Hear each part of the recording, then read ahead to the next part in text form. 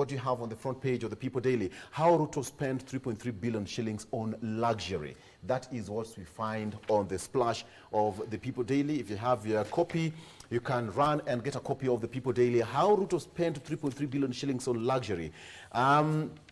It's about opulence, and yes, it says that the budget chief indicts state for use of billions of recurrent expenditure, but a pittance for development. That is the front page of the People Daily. It has a breakdown here. 700 million shillings construction of modern presidential dais at State House Gardens. That is 700 million shillings. 400 million shillings is stated to have been used to purchase motor vehicles. That is 400 million shillings. Another 16.3 million shillings was used to purchase East African Community Cabinet Secretary Penina Malonza's official car. 16.3 million shillings purchase of East African Community Cabinet Secretary Penina Malonza's official car, and 1.6 billion shillings to cater for the facelift of Kenya International Conference Center, which is under a bit of some controversy there, where it should be sold to a private developer, private investor, or yes. So that is what it's here. And the person who is making all this is one lady, that is Margaret Nyamongo, who is the controller of budget. How Ruto spent 3.3 billion shillings on luxury. You can go ahead and take a look at what that story that is splashed there for you on the front page. Let's move very quickly. MPs get tongue lashing over jobs abroad. That is at the PG that was held yesterday at Naivasha retreat. President furious after leaders at Naivasha retreat appears ignorant of the opportunities. For few of us who've watched the clip and the president's speech, he was not so pleased. He was not so pleased. Why Kenya faces zoonotic disease threat? That is a story again that you can take a look at. But gentlemen, let me start with you, Naftali. Now that you're here, perhaps let me get your voice on this headline and combine with the president's retreat with the MPs in Naivasha yesterday. What do you make of this headline? Yeah, 3.3 billion on luxury is a serious joke. Mm-hmm. It is a serious matter.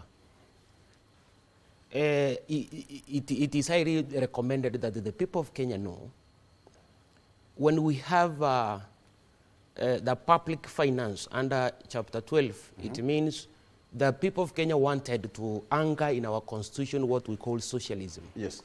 Socialism is an economic system based on state ownership of capital. Mm. So we gave the state the mandate to own our capital in regard to our resources and public borrowing, so that they can now achieve the progressive realization of the rights guaranteed under Article 43, which are economic and social rights. So we have the control of budget, we have the Auditor General, we have all those more than 31 articles envisaging the public finance. Mm.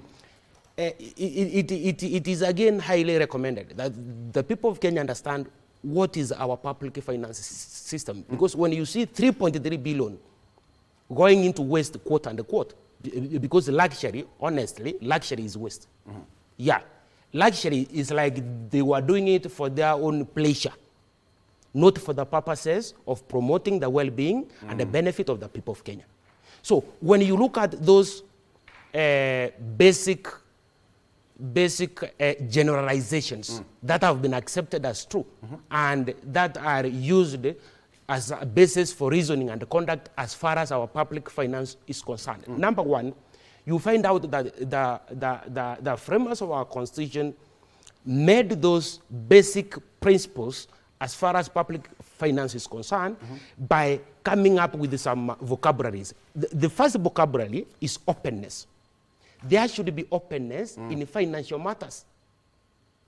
So before the control of budget releases money, because she has the mandate by the people of Kenya to authorize any disbursement after having been approved by the National Assembly, yes, there ought to be openness. Openness means it is I mean without obstruction to view or passage, or characterized by an attitude of being ready to accessibility. So the public finance system, through the Office of the Control of Budget, should demonstrate openness. Number two, accountability. Why is this money disbursed for? The reason for disbursement of the money ought to, I mean, they should be liable for their actions. Number three, it is about participation. Participation means involving the people as the common what? The basic factor in public policy making. So when you find out that 3.3 billion, I don't know, in one financial year, I don't know. But when you see 3.3 billion, it's like one budget of account government. And to me, it is morally bad in principle and in practice. Yeah. All right. Eric? Well, good morning again. Good morning. Good morning. When I see this headline, I am not surprised. In fact, what shocks me is that 1 year down the line, there will be an entrepreneur. Remember, the entrepreneurs spend their money first, then the government pays them later. And my concern is maybe 1 year with the issue of recurrent pending bills, these might as well read next year, 3.3 billion owed to tenderpreneurs in the country. And the issue of pending bills has been a big issue actually since the last regime towards this regime. But also why I'm not surprised about this 3.3 billion is that, you see, the control of budget only checks what has been approved by Parliament. Now, before Parliament approves, there is a budgetary making process, and Kenyans are invited to go and do public participation. Yes. And I think, long time ago, we used to have the budget read somewhere in June with the finance minister, coming out of Treasury, taking a photo, reading a speech. But now the budget making process starts a bit earlier. And I feel that it is important for Kenyans to be interrogating what goes into that budget, so that then we do not have screaming headlines of money that has been spent on largesse, vehicles, while even schools are still reeling with problems of capitation. So it doesn't surprise me. In fact, if we do further audit, we might just realize that there are other ministries spending more on largesse. It's up to us Kenyans to take the mantle by our own hands and steer the budget making process, which, by the way, has started in earnest.